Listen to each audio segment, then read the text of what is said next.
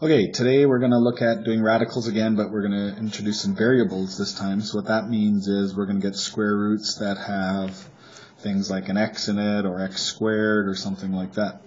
So just like we had regular numbers, let's kind of backtrack. If I had a regular number like square root of 3 squared, we figured out that was equal to 3, right? Because the squaring and the square root changed.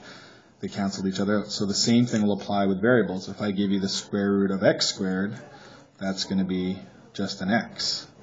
So if I gave you the square root of x to the 4, what you can do is you can think of that as being the same thing as x squared squared. 2 times 2 is 4. So the squaring and square root will cancel. So that'll equal just x squared. So if I give you the square root of x to the 6, you can see that would be the same thing as x cubed squared, so the square and square root will cancel in this case, so then we'd have just x to the 3 left over. So you can see with variables, then it works pretty simple. If they're even numbers, you just sort of cut them in half. So square root of x squared is x, square root of x to the 4th would be x squared, square root of x to the 6 would be x to the 3, square root of x to the 8 would be x to the 4, and so on. So it's a pretty easy pattern when they're even numbers. The problem now is what happens when they're odd numbers. So if I gave you the square root of x to the 3, we can't divide 3 by 2 without getting a decimal. So what we're going to do in this case is we're going to think of these as being two different radicals. So we're going to break the 3 into x squared and then x to the 1, right? 2 plus 1 is 3. Then we just do each part separately. So we already know the square root of x squared is x, and the square root of x we can't do nothing with, so we just get x times root x. So the same thing would happen if I gave you a 5. We want to break it into what we can do. We already know we can do a 4, right? We had a 4 above it, so we can break it into a 4, and then we have 1 left over, so that would be x squared, and then root x left over. Okay, so you can see with cubes then, or with odd number ones, we basically get a combination. So actually I'll write it as both. So we'd have x squared and x, which will then be x root x. So if we have a 5, we have 4 and 1, which would be x squared and x. And then our 7, then we change it to 6 and 1. So we always want to have 1 left over, and then we have an even number for the rest, so that would be x cubed root x, and so on. So these would be sort of our new chart numbers when we're dealing with variables. And it doesn't matter if the variable is an x or y or an a or a b, or if there's more than one, you just basically do it exactly the same thing. So let's try a couple of examples where we have numbers and letters. So let's do a mixed to entire radical first. So if I gave you 2 root x, and we want to change that to an entire radical, then what we're going to do is we're going to change the 2 to a root 4. So root 4 times root x then would be root 4x. So let's try another one where we have 3x out front, and we have a 2x on the inside. Okay, so if we have 3x root 2x, we want to change that to an entire radical. Remember the 3x, we've got to square both of them, so 3 would change to a 9, and the x will change to an x squared. So those would both be under square root, and then the second one stays the same. So then when we multiply those, 9 times 2 is 18, and x squared times x to the 1. Remember when you multiply exponents, you add the 2, so 2 plus 1 would give you x to the 3. Okay, so with variables, when you're doing those conversions, it's a little bit trickier. Let's try one more, a little bit harder. So if I had 5x squared y cubed in z, and we're going to times that by 3xy, and that's it. We'll stop there. So that'll be it. So same sort of thing. You want to change the front number. So just do one at a time. Change the 5 into root 25. X squared times x squared would give you x to the 4th.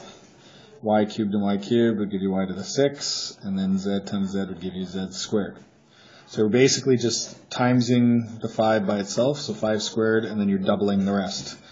X squared would be 4, double the 3 is 6, double the 1.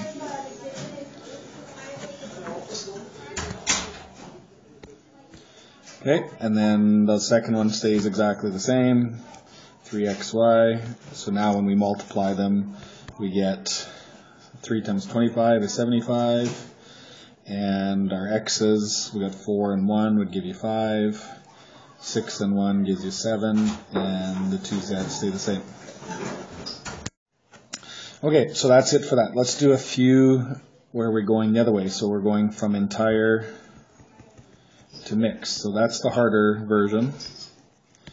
So in this case, we're going to be going backwards. So let's do a couple quick examples. So let's start with an easy one. So if I gave you 18x cubed, so do the 18 just like we did before. You want to break that into two roots. So the 18, you go to your perfect root chart. You would pick a 9 and 2. So 9 is the perfect root, 2 is the leftover. And then when we do the x cubed, when you go to your perfect root chart, we're going to change it into 2 and 1. And then square root of x squared is just a regular x. So we end up getting x root x. So we want to do the same thing with this. You want to take the x cubed, break it into 2 for the first one that works, and 1 would be your leftover. So do 2 in the first root, 1 in the second root. And then that's it. Your first root you can simplify. Square root of 9 is 3. Square root of x squared is x. And then the root part after it stays the same. Okay, so that's sort of the process you want to do for radicals that have variables. Let's do a couple more. So if I gave you 50 a squared b cubed c to the 4th, so it works good to kind of do it as two roots. So you want to do each one at a time. So 50, we can break it into 25 and 2. Then we have a squared. Because a squared is even, we can actually do the square root of a squared. We don't have to worry about splitting it up. B to the 3. We can't do a 3, so we can do a 2 and a 1. And then c to the 4th is good. We can actually do a square root of c to the 4th. So that's it. So when you look on your sheet, on your chart, you can see square root of 25 is 5. Square root of a squared would just be a. Square root of b squared would be a b. And square root of c to the 4th would be c squared. And then the 2b under the root would stay the same. Okay, let's do one more and then we'll stop. So let's try a cube root one. These ones are rare, but you do see them once in a while. So if I gave you the cube root of 8, a to the 3, b to the 4, c to the 5. Let's try that. Okay, so do the same thing except we want to use cube root chart. So cube root of 8, actually let's change that. Let's make it 8. Let's make it 16. So we can do the cube root of 8 is 2, so that would give us 2 left over. Now, because we have letters and they're cubed, so a cubed and cube root is going to be good. That'll give you just an a. So we want to do the a cubed and have no leftovers.